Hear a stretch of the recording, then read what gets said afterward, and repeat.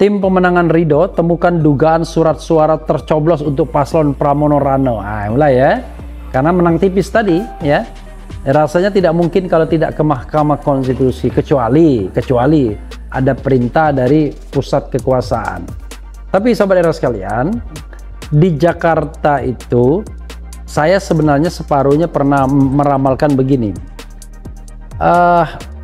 Barangkali baik Prabowo maupun Jokowi tidak terlalu, apa ya istilahnya, bisa jadi tidak terlalu ngotot untuk memenangkan Ridwan Kamil atau Pramono. Kok bisa begitu? Sederhana. Soal kedekatan Ridwan Kamil dan Pramono. Jangan lupa, kalau kita bicara tentang Prabowo Subianto dan Jokowi, itu Pramono Anung adalah sekretaris kabinet 1,5 periode, dan paling tidak 5 tahun terakhir dia bergabung dalam satu kabinet yang sama dengan Prabowo Subianto, dan dia juga adalah sekretaris kabinet Jokowi selama 1,5 periode.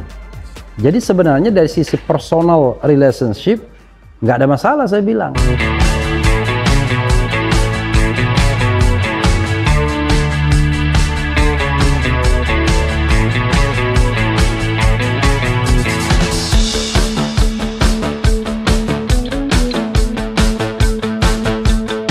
Assalamualaikum warahmatullahi wabarakatuh, sobat RH sekalian. Jumpa lagi kita di channel yang keren ini, keren jadas. Semuanya keren, karena tidak hanya RH channel yang meliput, tapi juga channel lainnya itu. Ada channel apa itu? Channel apa itu? Mimbar Tube. Ada channel One Kawan TV One, atau Sastro. SC Channel, ini Salwa Media. Sudah ya. Omlim Media sebagai broker YouTube. Ya, sahabat sekalian, kita baru saja ada acara di di Jakarta, dan acaranya mengenai backgroundnya masih ada ya. Soal Adili Jokowi dan Fufu Fafa dimakzulkan. Lagunya sudah ada. Rasa cemas, hidup berat, dunia gelap, Fufu Fafa, makzulin aja ya kan. Tapi kita tidak bicara tentang Fufu Fafa dan Jokowi, kita bicara tentang Pilkada DKI ya. Jadi Pilkada DKI ini luar biasa, sobat era sekalian, karena Prano ya dinyatakan sebagai pemenang oleh baru lembaga survei quick count, penghitungan cepat ya, atau exit poll ya kan. Sebenarnya nggak bisa juga dibilang penghitungan cepat dan lain sebagainya, karena basisnya adalah memang perhitungan yang ada di TPS. Karena kalau di negara lain suara itu kadang-kadang tidak dihitung di TPS, makanya mereka menggunakan exit poll untuk nanya orang yang memilih. Tapi di Indonesia sebenarnya nggak perlu exit poll, karena ada penghitungan di TPS yang selesai hanya ya kira-kira 1 jam 2 jam setelah TPS ditutup pada pukul 13.00 biasanya. Jadi, dan sobat sekalian, kendati suara gercos atau golput cukup tinggi, konon sampai 40% ya. Tetapi sekali lagi MK tidak mewadahi keinginan masyarakat agar kalau seandainya tingkat partisipasinya kurang dari 50% itu diadakan pilkada ulang, enggak ya. Jadi siapapun yang menang, maka kalau dalam konteks DKI kemenangannya 50% plus 1, maka selesai. Nah sekarang kemenangan Prano itu ya, Pramono Rano Karno, kadang-kadang dulu saya bilangnya pasangan Parno. Pramono Rano Karno itu tipis sekali, karena cuma 50 sekian. Padahal kalau kita bicara tentang yang namanya quick count, itu rata-rata margin of errornya itu sampai 0, hampir 0, berapa itu. Jadi kalau atas bawah itu hampir 2% ya, 1%. Jadi kalau seandainya perbedaan itu cuma kurang dari 1%, maka ada kemungkinan masih dalam rentang margin of error. Tetapi sekali lagi sobat era sekalian, kalau banyak yang mengatakan kemenangannya sekian, ya itu juga menjadi bekal juga. Paling tidak ada 6 lembaga survei yang melakukan hitung cepat atau quick count yang mengonfirmasi kemenangan Pramono Rano di atas 50%. Yaitu berdasarkan catatan yang ada, yaitu Saiful Mujani Research and Consulting dengan 51,03%. Jadi ini yang paling tinggi. Kemudian Carta Politika dengan 50,15%. Kemudian ada juga Poltreking 50,48%. Poltreking pernah bermasalah karena hasil surveinya berbeda sendiri sebelumnya. Poltreking memenangkan pasangan Ridwan Kamil Suswono, sementara lembaga lainnya sudah mengatakan bahwa yang menang adalah Pramono Rano sebelum pencoblosan. Memang awalnya Ridwan Kamil itu sangat dijaya, perkasa, tidak bisa dikalahin kecuali oleh Anies dan Ahok dalam survei-survei sebelumnya. Tetapi rupanya faktor Ridwan Kamil menjadi faktor yang negatif. Banyak penolakan, terutama misalnya oleh Persi, karena dia dianggap orang Persi, Bobotoh, kemudian sama Jackmania itu adalah rival abadi dan lain sebagainya, dan yang lebih penting karena dia dianggap menyingkirkan Anies Baswedan, maka memunculkan kemarahan anak-anak Abah. Kemarahan anak-anak Abah terhadap Ridwan Kamil dan terhadap Prano sepertinya degree-nya, kelasnya itu lebih tinggi kepada Ridwan Kamil yang dianggap melakukan kartel politik, alias mengumpulkan semua partai politik agar tidak ada saingan. Fortunately, ada putusan MK yang akhirnya membolehkan partai dengan suara 7,5% bisa mencalonkan kepala daerah sendiri, dan ini dimanfaatkan oleh PDIP di beberapa daerah, termasuk di DKI.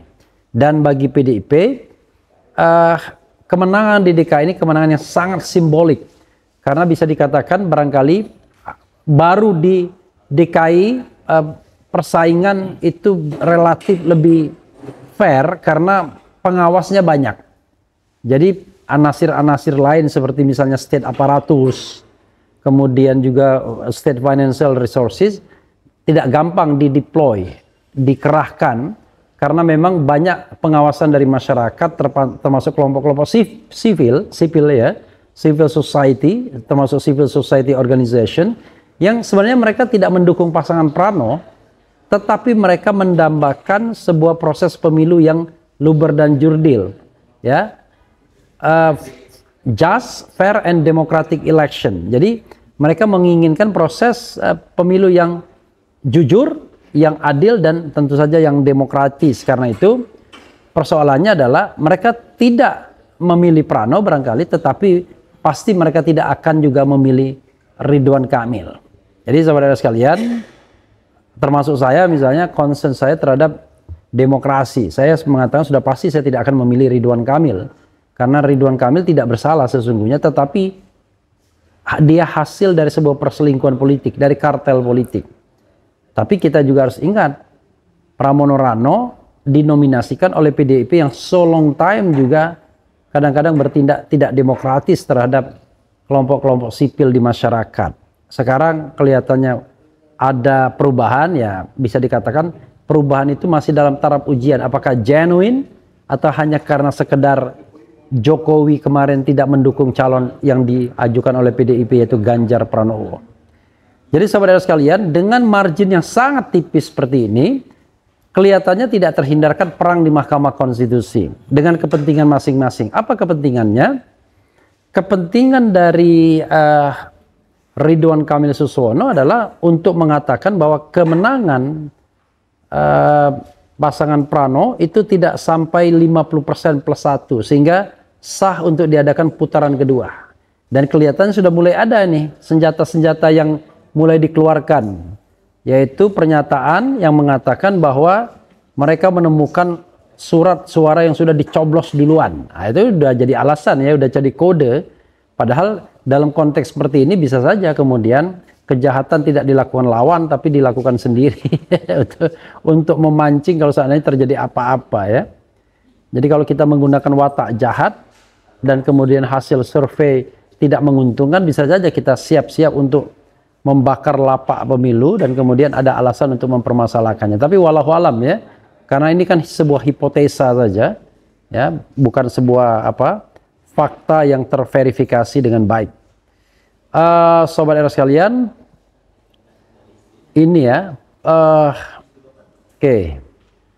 Ini judulnya adalah mereka menemukan yang namanya ini ya, tim pemenangan Ridho temukan dugaan surat suara tercoblos untuk paslon Pramono Rano. Mulai ya, karena menang tipis tadi ya. Rasanya tidak mungkin kalau tidak ke Mahkamah Konstitusi kecuali ada perintah dari pusat kekuasaan. Tapi sahabat era sekalian, di Jakarta itu saya sebenarnya separuhnya pernah meramalkan begini. Barangkali baik Prabowo maupun Jokowi tidak terlalu istilahnya, bisa jadi tidak terlalu ngotot untuk memenangkan Ridwan Kamil atau Pramono. Kok bisa begitu? Sederhana. Soal kedekatan Ridwan Kamil dan Pramono. Jangan lupa, kalau kita bicara tentang Prabowo Subianto dan Jokowi, itu Pramono Anung adalah sekretaris kabinet 1,5 periode. Dan paling tidak 5 tahun terakhir dia bergabung dalam satu kabinet yang sama dengan Prabowo Subianto. Dan dia juga adalah sekretaris kabinet Jokowi selama 1,5 periode. Jadi sebenarnya dari sisi personal relationship nggak ada masalah saya bilang. Bahkan kalau kita lihat Ridwan Kamil tidak memiliki sejarah kedekatan yang luar biasa dengan Prabowo misalnya.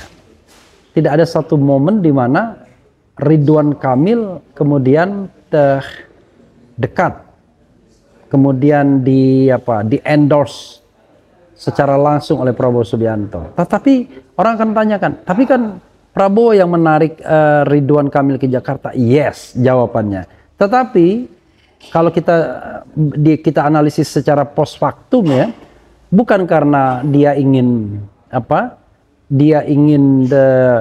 membuat Ridwan Kamil menang di Jakarta, no kalau menurut saya.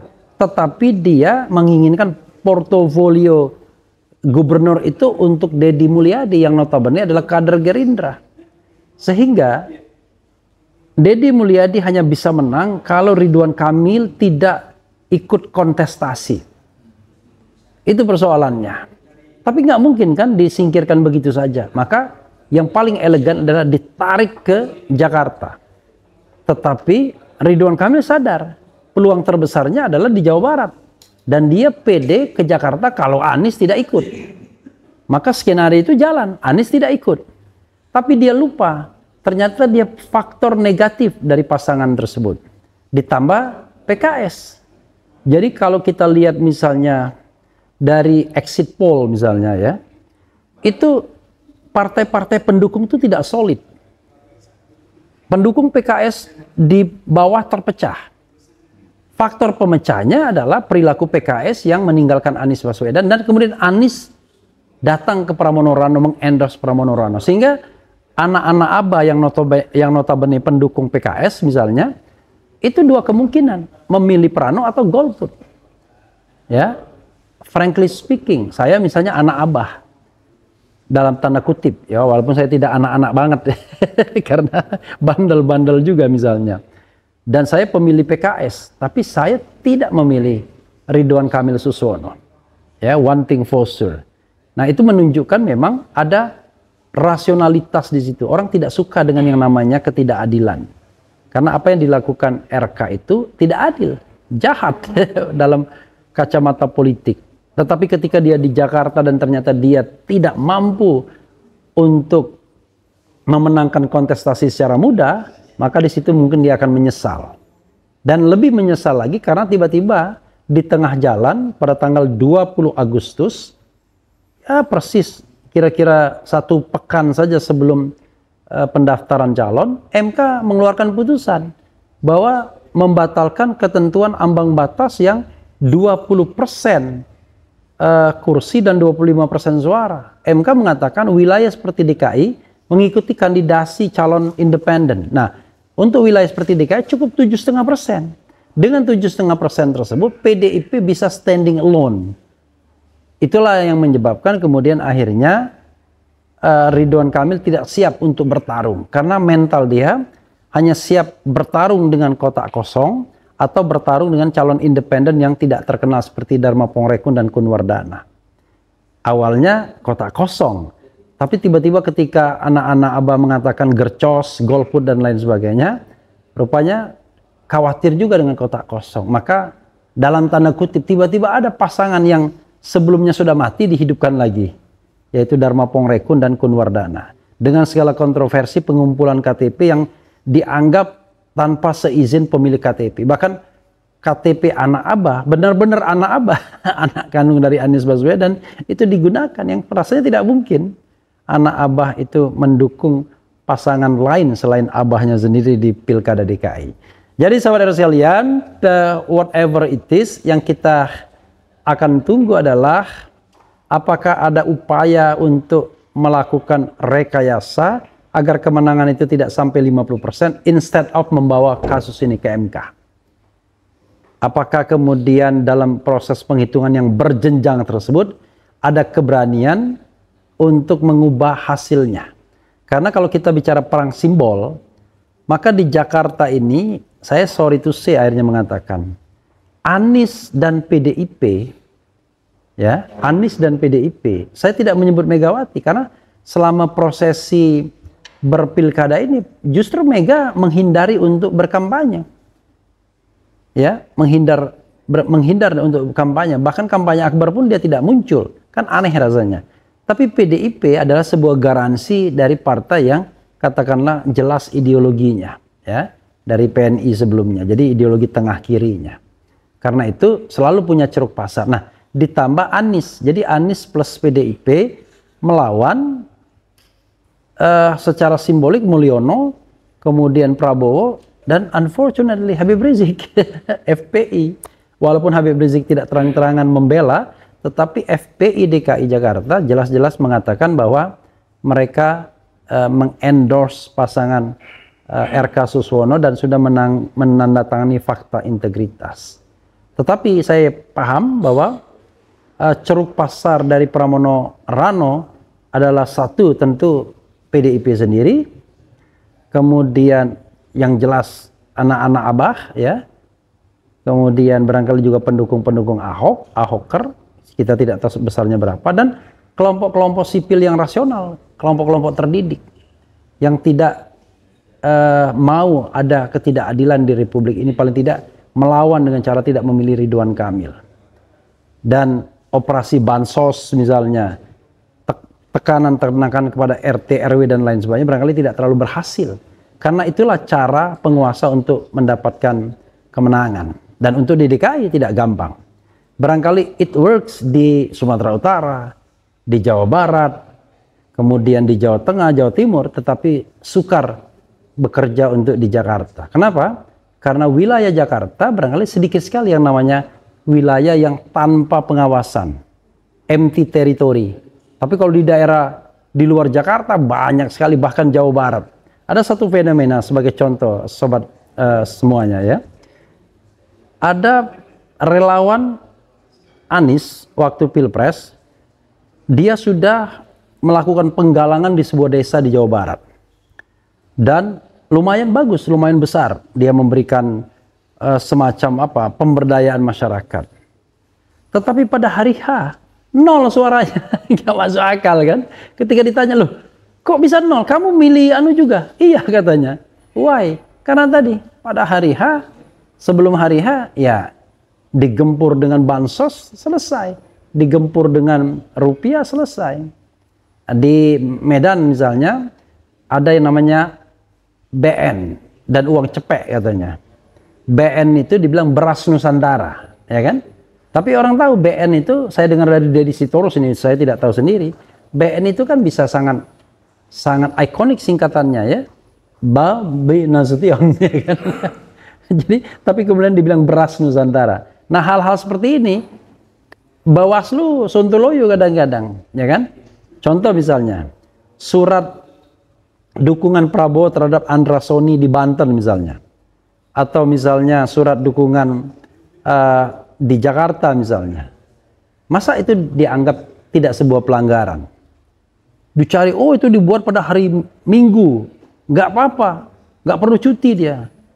Oh statement dukungan terhadap Ahmad Lutfi Taj Yassin itu pada hari libur, nggak apa-apa, nggak perlu cuti sesuai dengan aturan undang-undang pemilu. Ini pemilu legislatif. Ya artinya pada hari libur kita nggak punya presiden. Jadi Presiden Republik Indonesia siapakah pada hari Minggu dan hari libur lainnya? Tidak ada.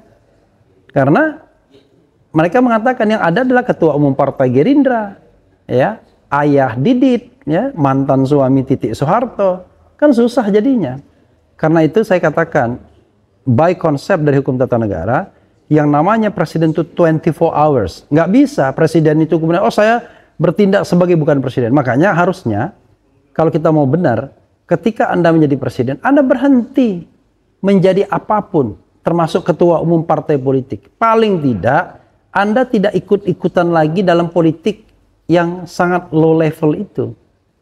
Jadi politik Anda politik negara, politik tinggi sudah. Karena Anda the President of Republic of Indonesia, not the President of Gerindra Party. Itu soalnya. Ya. Jadi begitu sobat sekalian ya, insight-nya. Terima kasih pada teman-teman ya yang sudah mau mendengarkan saya dan merilai apa yang saya sampaikan ini. Banyak juga yang nonton kalau di tempat saya. Kalau nggak tahu yang lainnya ya, lumayan nih, ada yang sedang menonton, ada 4.100 ya, lumayan kan. Oke, 1-2 pertanyaan akan saya spill, siapa tahu ini. Soalnya kenapa banyak penontonnya? Karena di belakangnya Fufu Fafa ternyata tulisannya. Fufu Fafa. Oke, saya memilih tiga pertanyaan saja ya. Satu partai dikeroyok 12 partai masih di-endorse Mulyono, di-endorse ya. Prabowo, Menteri, Wamen, artis, FPI, RT, RW, Lurah, Camat, PJ, Gubernur dan lain masih menang yang satu partai. Semua atas mukjizatnya Allah. Ya sebenarnya kan berlaku Vox Populi, Vox Dei, suara rakyat, suara Tuhan. Tapi hanya berlaku untuk sebuah pemilu yang bisa terjaga jurdilnya, jujur dan adilnya. Kalau nggak terjaga ya susah. Karena tidak ada yang bisa mengalahkan suara rakyat. Theoretically dalam demokrasi kan begitu. Anda mau didukung oleh konglomerat dan lain sebagainya, tapi Vox Populi, Vox Dei. Tapi itu suara rakyat yang murni. Tapi kalau suara rakyat yang sudah dikasih bansos ya susah dalam konteks pilpres dan pemilu-pemilu lainnya ya. Oke, yang kedua, bagaimana Mulyono harus tanggung jawab atas kehancuran demokrasi dan oke, itu soal lain ya. Alhamdulillah Prano menang, demonya nggak jadi dong. Saya nggak tahu ya apakah memang ada demo ya. Apakah Refli Harun coblos Prano? Jujur saja bang, ngapain disembunyikan? Apakah RH malu dengan keputusan ABW? Mau dijawab apa enggak ya? Mau dijawab enggak? Ya Anda lihatlah tangan saya ada nggak bekas tinta? Nggak ada kan? Saya memilih untuk tidak memilih, tetapi one thing for sure, suara saya adalah mengatakan tidak kepada RK. Jadi Anda lihatlah jejak digital saya. Tetapi saya tidak memilih Prano. Kenapa? Entahlah ya. Ada soal yang menurut saya soal etik saja. Saya hanya ingin melihat apakah Prano, apakah PDIP benar-benar komit terhadap demokrasi. Contoh ya, saya berharap misalnya kalau Prano menjadi gubernur dan wakil gubernur. Kemarin saya ada acara peluncuran buku oleh relawan Anies di Taman Ismail Marzuki. Dia menceritakan kalau tidak ada Anies nggak bisa dipakai gedung di situ. Kenapa? Why? Karena oposisi. Bayangkan. Padahal itu kan untuk semua warga kan. Sepanjang Anda bisa nyewa dengan benar dan lain. Tapi kan kita tahu fasilitas-fasilitas pemerintah baik lokal maupun nasional hanya diperuntukkan bagi penjilat pemerintah. Kan begitu. Kalau ada kegiatan-kegiatan yang memuji-muji pemerintah, dia dibolehkan walaupun bohong semua isinya. Tapi kalau kegiatan yang kritis seperti hari ini yang kita lakukan, kadang gedung pemerintah yang boleh. Bahkan hotel-hotel pun tidak boleh. Seperti yang kita lakukan pada tanggal 13 Oktober sebelum pelantikan. Harus ganti-ganti hotel kan. Mulai dari Balai Sudirman, pindah ke Bidakara, nggak boleh. Akhirnya terakhir di Cikini, itu pun kita bilang cuma press conference. Walaupun press conference, tetap saja ada yang punya pendapat macam-macam. Begitu ya saudara sekalian, saya tadi janji 20 menit dan sekarang sudah 25 menit. Terima kasih kawan-kawan semua. Mudah-mudahan apa yang saya sampaikan bermanfaat. Sekali lagi terima kasih dengan Oligarki TV, Mimbartu, One Kawan TV One, Atau Sastro Channel, AC Channel, Salwa Media, kemudian Keren Cadas, Omlim Channel juga. Wassalamualaikum warahmatullahi wabarakatuh. Keren Cadas.